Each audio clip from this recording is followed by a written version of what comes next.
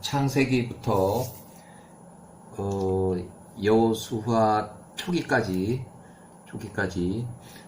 창세기 주요 사건을 위주로 해가지고 시대순으로 분류해서 야곱의 70인 가족이 이주했을 때 1656년 이후에 210년 후에 출애굽하는 그 기록이 있어요. 그래서 출애굽은 1446년, 기원전 1446년에 이것은 창세기에서도 요게 정확해요. 요 출애굽이. 그래서 야살의 책에서는 210년 전에 이주를 했다고 그러니까 1656년으로 이렇게 계산해 가지고 출애굽할 때는 모세가 80세.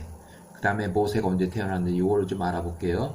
자, 앞부분에 노아의 홍수가 계산해 보니까 2238년, 기원전 2238년에 노아 홍수가 났고, 그 다음에 1946년, 1946년 아브라함이 출생했고, 니므롯 왕이 40세 때, 그 다음에 아브라함이 10세에 이제 동굴 생활을 했는데, 니므롯 왕이 이제 아브라함을 죽이려고 하니까 1936년에 아브라함 10세가 동굴에서 나와가지고 선지자 학교로 들어가요.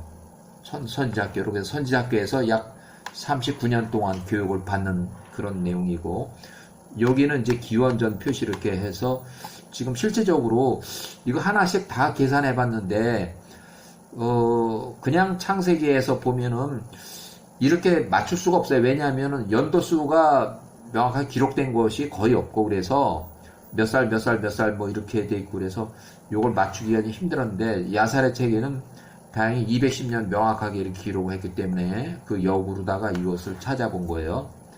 자, 그 다음에 아브람 48세에 바벨탑 사건이 나가지고 전부 다 흩어지고 도시 건설했는데, 이때가 1898년 정도 되고, 그 다음에 아브람 49세 아브람의 할아버지 나홀이 사망을 해가지고 됐고, 그 다음에 아브람 50세에 선지자 교육이 끝났어요.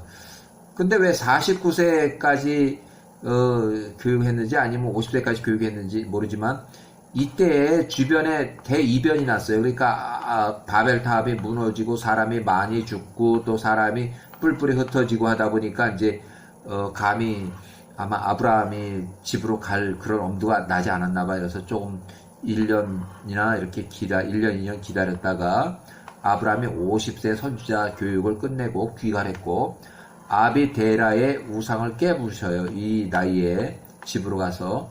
근데 요 선지자 교육을 어디서 받았는지 그건 모르겠는데, 왜냐하면 10살에 동굴에서 나와가지고 여기 선지자 교육 학교 도망을 간 거거든요. 결국 39년 동안 피신했던 그 자리인데, 여기 아브라함의 원래 집은 그 갈대아 우루 가스림 그 근처 어디인데, 선지자 교육은 그쪽은 아니고 이 니므롯 왕이 나라 전체를 다 뒤질 정도로 아브라함을 죽이려고 했으니까, 그래서 제가 볼 때는 선지자 교육 여기 셈과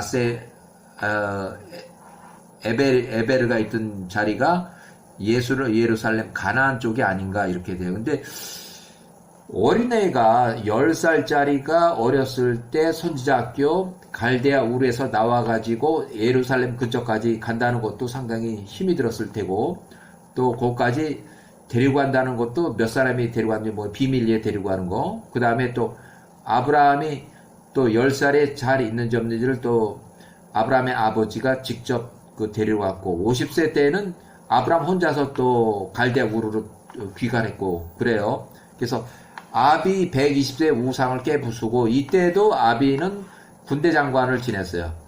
아브라함이 이제 재판에 이제 걸렸는데, 이제 아버지가 우상을 깨부수고 하니까 왕 니므롯 왕한테 가서 아브라함을 50세 자기 아들을 고소해 버렸어요. 그래가지고 고소해가지고 이 아브라함이 50세에 니므롯 왕 앞에 이제 잡혀와가지고 재판하게 됐는데, 재판 결과는 화형. 그래서 뭐 이 하란도 이제 이 아비 데라가 팔아먹었는데, 자기 목숨을 이제 살리기 위해서 하란을 팔아먹죠. 하란하고 그 다음에 아브라함이 같이 화형에 처해졌어요. 그래서 하란은 화형으로 사망을 해버렸고 아브라함은 죽지 않고 거기서 살아나와서 결국은 니므롯 왕의 선물을 받고 집으로 가서 사레하고 혼인을 하게 돼요. 자, 아브라함 50세에 사레 40세에 혼인했고 나홀은 이때 82세, 밀가가 41.5세에 혼인을 했다는 거. 그 다음에 아브라함 52세 니므롯 왕의 꿈을 해몽해서 다시 또 아브라함을 압제했고 갈대아 우루, 그러니까 아브라함 가족 전체가 갈대아 우루 가스디메에서 정치적 망명을 해서 가나안 지역으로 향해서 떠나게 돼요. 그때가 대충 이 1894년도쯤. 그 다음에 아브라함이 55세 하란 임시 체류를 해서 하란에서 3년 동안 임시 체류를 해가지고 요 기간 동안에 그 다음에 아브라함이 55에서 70세까지 가나안에서 1차 이주할 때 사레가 45세, 아브라함이 55세, 그래서 약 15년 동안 가나안 1차 이주에서 임시치료 요 기간 동안에 그 다음에 아브라함이 65세에 요 기간 동안에 약 65세 엘람 땅의 그돌라오멜과 시날 땅의 니므롯 왕 사이에 전쟁이 일어나서 결국 니므롯이 패하고 그달라오멜이 엘람 땅의 그돌라오멜이 승리해서 결국은 원래는 이 사람이 더 높은 왕이었는데 이때 이후로 전쟁을 해가지고 이 니므롯이 져가지고 엘람 땅의 그돌라오멜이 이제 우선 큰 왕이 됐고 요 밑에 이 왕이 들어가서 이제 왕 역할, 지역 왕 역할을 해요. 그 다음에 아브람 70세, 75세는 하란으로 가족 부양차 약 5년 동안 일시 이제 하란으로 귀가했었고, 또 아브람 75세, 사라 65세, 롯 68세, 가나안 2차 영구 이주에서 요 기간 동안에 1871년, 기원전 1871년에 이제 아브람 75세 가나안 2차 영구 이주를 해요. 그 다음에 아브람이 요 심한 기근일 때, 아브람 요 때쯤 심한 기근에서 이집트에 임시 체류하는데 요 기간 동안에 71년부터 69년 좀 안 됐을 때, 70년 이렇게 해서 요 기간 동안에 여기 70이라고 해도 되겠어요. 요 정도는 70이라고 해도 되겠어요. 요 정도는. 그 다음에 자, 거기서 1년 4개월을 지내고 이집트에서 강제 출국을 당하는데 결국 여기 전 이집트 왕이 그의 시녀의 딸, 그러니까 왕의 딸이에요. 하갈을 사레의 시녀로 하사했다. 하갈의 신분이 여기 나와 있는 거죠. 아브람 76.5세, 롯 69.5세, 그 다음에 사레가 66.5세, 많은 가축과 재산을 가지고 이제 강제 출국을 당해요. 그 다음에 아브람과 롯이 요 나이에 베델로 이주를 했다. 이제 베델까지 올라온 거예요. 그 이집트에서부터 베델까지 올라와요.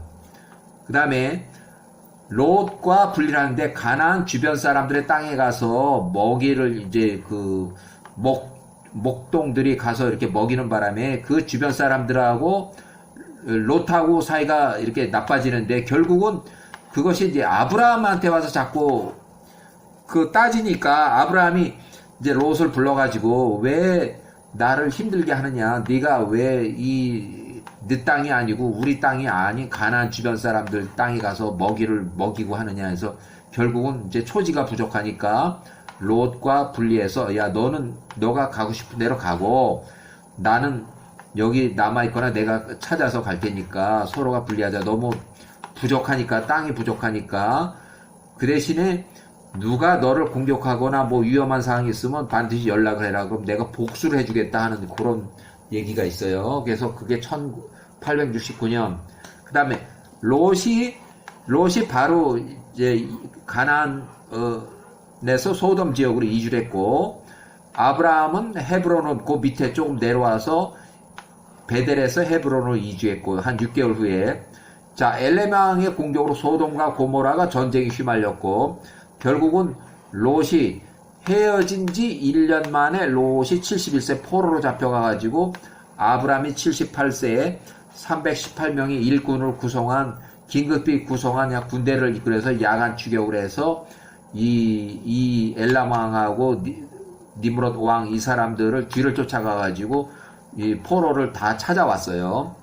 그 다음에 아브람 85세의 첫 하갈과 혼인 사레가 임신을 못하고 아기를 못 나니까 이 이집트에서 왕이 준 이 첩을 10년 만에 첩으로 줬어요. 그래서 결국 하갈이 아브람을 따라온 지 10년 또는 9년 만에 이제 아브람의 첩이 된 거예요. 자, 아브람 86세에 여